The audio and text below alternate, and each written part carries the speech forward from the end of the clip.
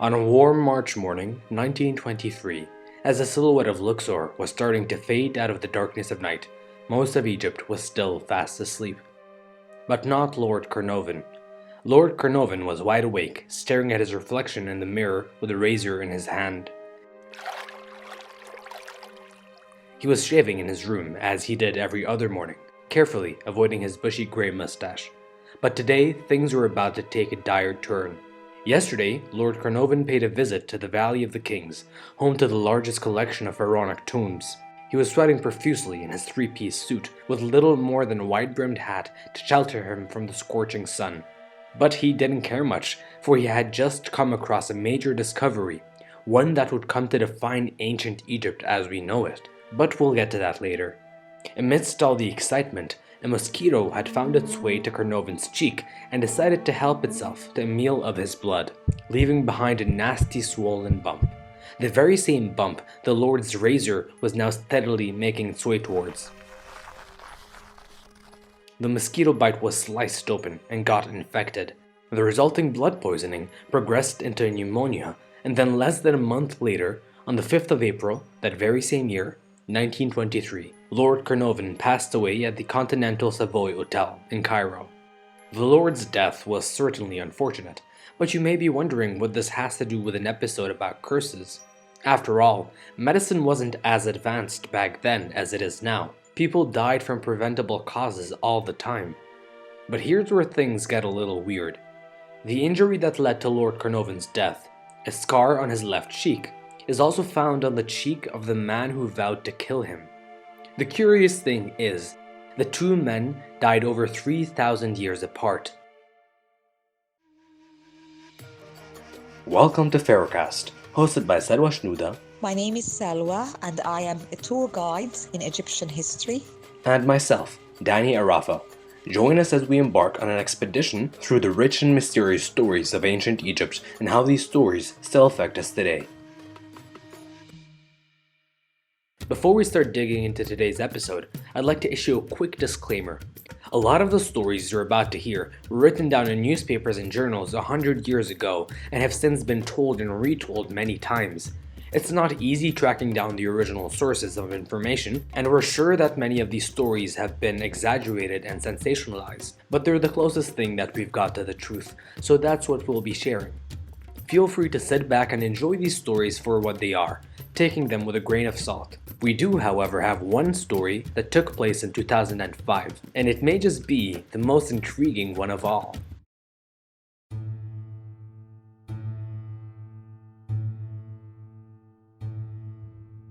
Today's topic is about the curse. What is the curse? The curse is a punishment to a person who entered an Egyptian tomb and stolen the mummy of the pharaoh. That person who dared to violate the eternity house of the pharaoh and disturbed his eternal peace. As the ancient Egyptians believed in immortality, resurrection, and life after death. That's why they prepared the tombs the minute they became king and was crowned on the throne of Egypt. And they spent all their life trying to preserve the mummies. That's why mummification was a great science.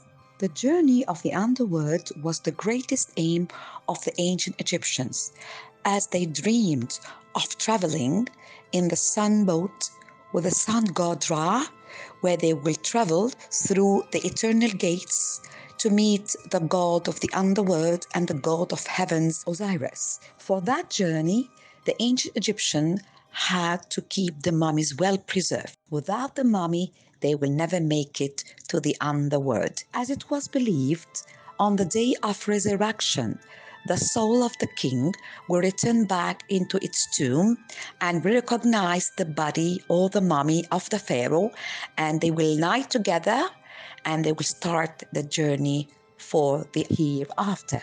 So if there is no mummy in the tomb, the king will be deprived of his eternal life. He will never rise again from death, and he will never survive to be in the presence of God Osiris and to enjoy the hours in paradise. So, to protect the body and the mummy and to protect the tombs, they had their own devices. The ancient Egyptians protected their tombs by what was called the curse texts as well as the break text. What are these texts? It is texts to protect the tombs against robbery and against evil spirits and anybody dare to approach and come inside the tomb. Like, for example, what we found on some of the gates of the tombs, a text all over the door mentioning that who you come to steal my tomb, I won't allow you, and you will be punished and cursed. I am the tomb guard, I am the protector of the mummy, beware to approach. Another device which was used by the ancient Egyptians to protect their tombs was called the curse of the bricks. We discovered in each tomb, in each corner, a brick. And on that brick, a statue representing one of the Egyptian gods who was supposed to guard these tombs. So we had 4 bricks in each corner of the tomb, and standing on it 4 statues of the 4 protectors of the tomb, who was mainly Anubis, the god of the dead. He is the jackal-headed god who was believed to protect the king and the body and the tomb. One of the very first recorded incidents of cursed mummies in Western culture dates back to 1699. French author Louis Ponchier, in his book Treatise on Embalming, recounts the tale of a Polish merchant who bought 2 mummies in Alexandria, Egypt. On his journey back, he was haunted by 2 ghosts, and the weather continued to worsen until a violent storm swelled and threatened to capsize his ship. It was only after he threw the 2 mummies off board that the weather calmed and the ghosts left him in peace. So how was it that an obscure archaeological fact exploded into an icon of pop culture?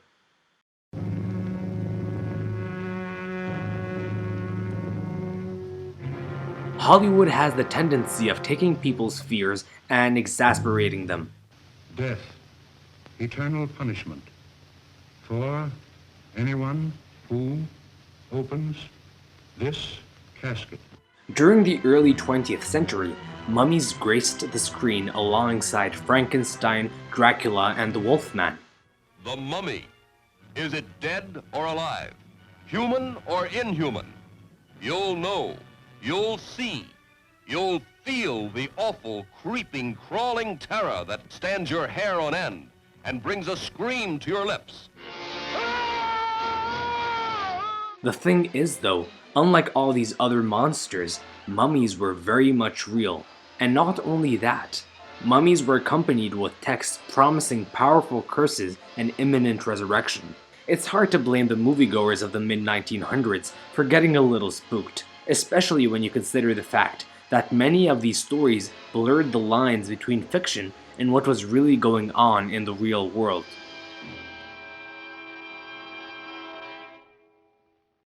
The story of the curse reached its peak with the discovery of the great tomb of King Tutankhamun in 1922.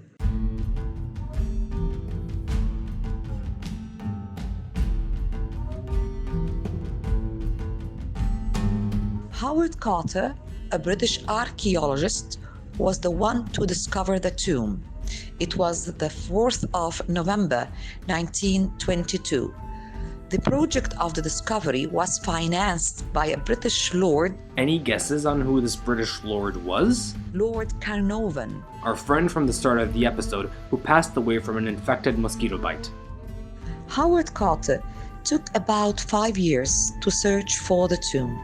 He never gave up hope that the tomb is there somewhere in that magical place of the Valley of the Kings. And in the 4th of November 1922, it was the greatest day in Howard Carter's life, where he was able to discover and find the tomb complete and intact. Nothing is missing. The discovery of the tomb of King Tutankhamun was the greatest discovery in Egypt because the tomb was the only one to be found intact and complete. It has never been violated by any robbers until Carter was able to find the tomb. The tomb was concealed and hidden under another tomb that came from a later period, and that was the only logic reason why the tomb was never been found till that day. The tomb of King Tutankhamun is the poorest in structure, yet the richest in content. Howard Carter discovered inside the tomb more than 5,000 pieces of artifacts of different materials: gold, silver, leopard skin, ostrich feathers, whatever you can imagine. All these magnificent masterpieces. Today, the collection and the artifacts and the treasures of the tomb, 5,000 pieces, are in a great royal exhibition in the Egyptian Museum in Cairo, except one piece, which is the mummy of King Tutankhamun. He is still sleeping in his coffin made of wood and gold inside the tomb.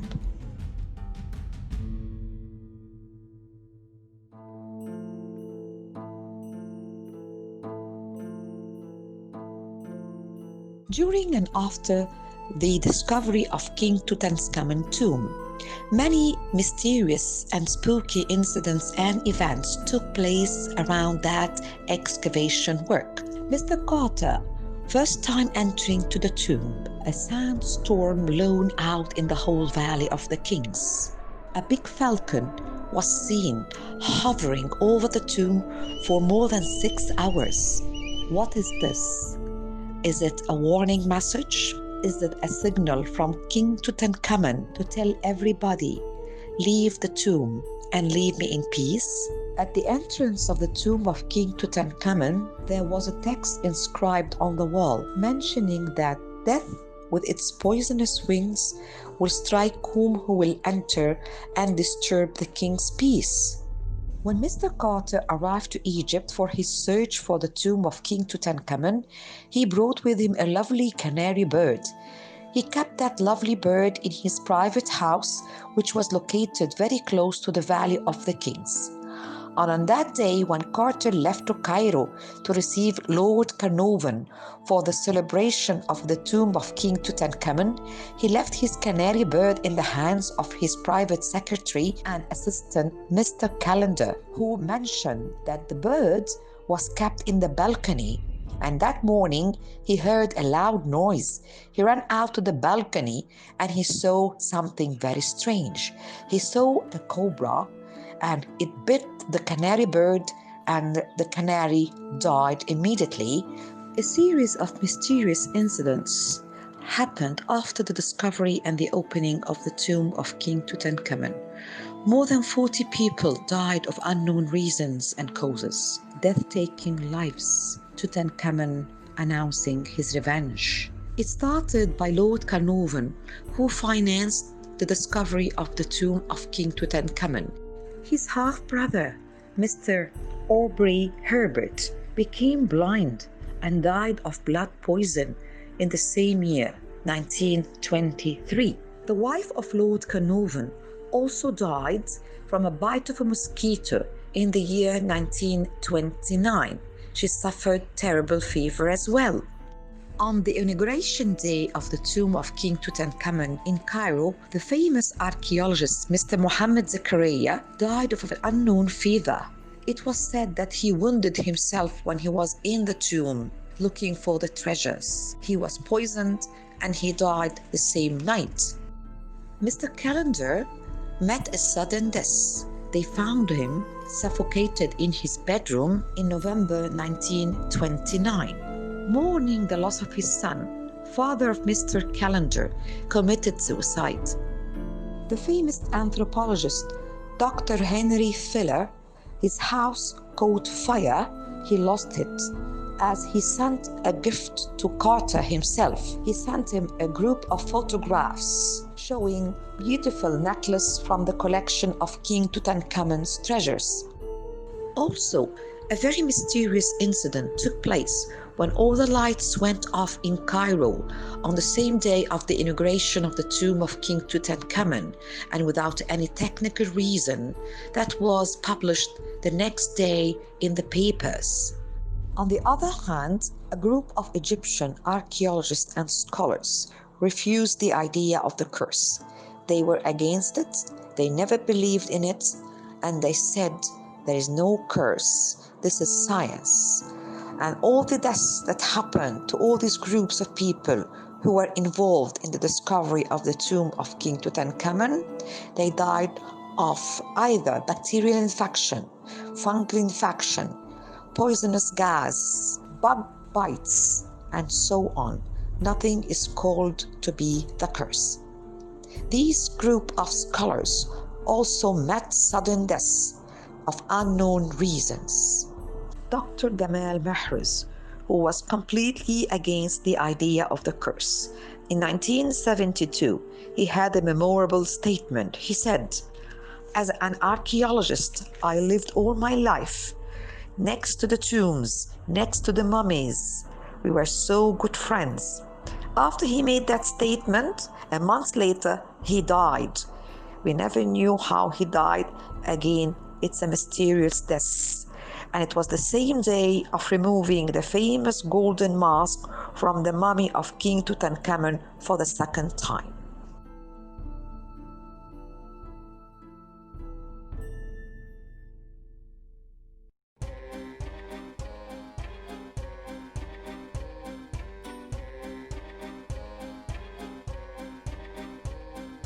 In 2005, world-famous Egyptologist Dr. Zahi Hawass was on a quest to uncover the truth behind the death of King Tut. If you were to meet the 73-year-old Egyptologist, the first thing that you would ask yourself is whether he's a relative of Indiana Jones. The two have practically identical brown fedoras. The second thing you'd notice about Dr. Zahi Hawass is his love for denim. Google him. In every single picture, he's dressed in a blue denim button-up and blue denim jeans. But this isn't a podcast about denim, it's a podcast about curses, and Dr. Hawass was about to experience one firsthand. As Salwa recounted earlier, King Tut does not take kindly to being handled, and Dr. Hawass was on his way to take the king's mummy, run it through big, loud mechanical scanners, and extract its DNA. Things were bound to go bad, and bad they went.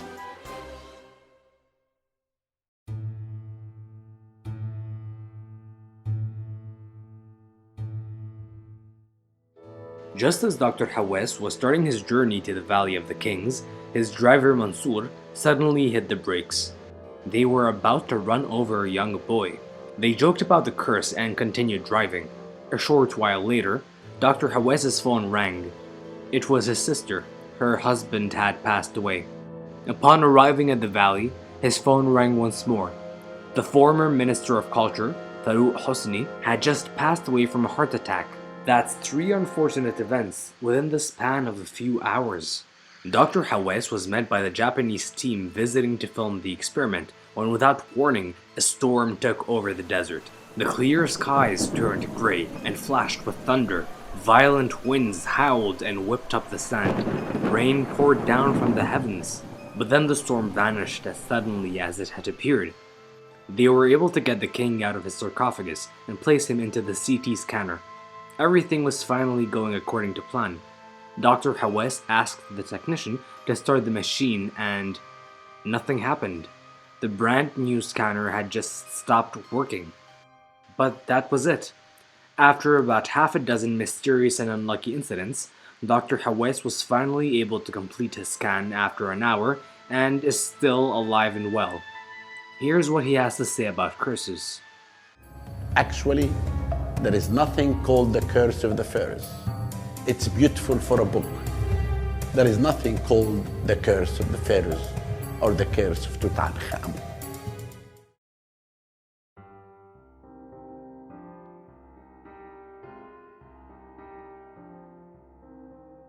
So what was it that he discovered about King Tut, the king whose mummy brought so much fear and alleged death? Finally, our target to be reached. How King Tutankhamun died. He neither died of tuberculosis as it was believed, nor murder, Dr. Zahi proved that he died in an accident as he fell down from his chariot in one of his hunting trips, causing a terrible fracture in the leg bone, and for 2 days he suffered fever, blood poison, gangrene, and that led to his death.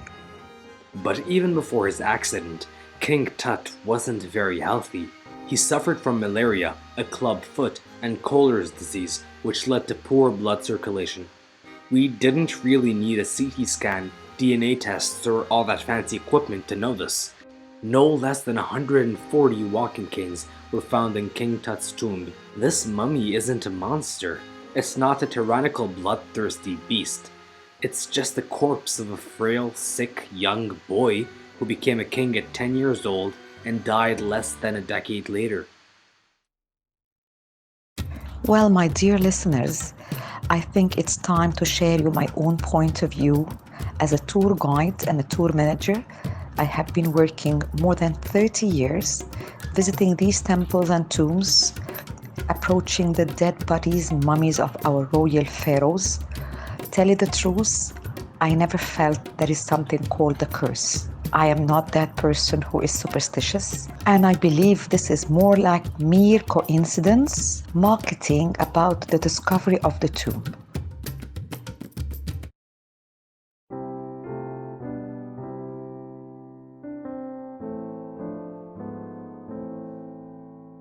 Humans, when faced with overwhelming death and tragedy, seem to turn to the occult to gather some semblance of meaning. That's what happened after both world wars. Belief in the supernatural, psychics, and magic skyrocketed. People just couldn't accept the fact that their loved ones were gone forever, just like that. I think that the absence of a curse is infinitely more terrifying than one existing. Horrible, tragic things take place haphazardly and without warning. In real life, death comes to us all, even if we avoid walking under ladders, breaking mirrors, and disturbing ancient tombs. You could be chilling by the pool only to get an innocent mosquito bite that would soon turn into an infected scar. You could be in the car on your way to work and receive a phone call that a loved one has passed away. If you think about it, that's what the curse was really about. It wasn't about revenge or evil. It was merely a feeble attempt at preserving the mummies of the dead in the hopes that they can someday escape the clutches of death. Perhaps that's what the real curse is. Whether you're the king of a great empire or an accountant, death, with its poisonous wings, comes for us all.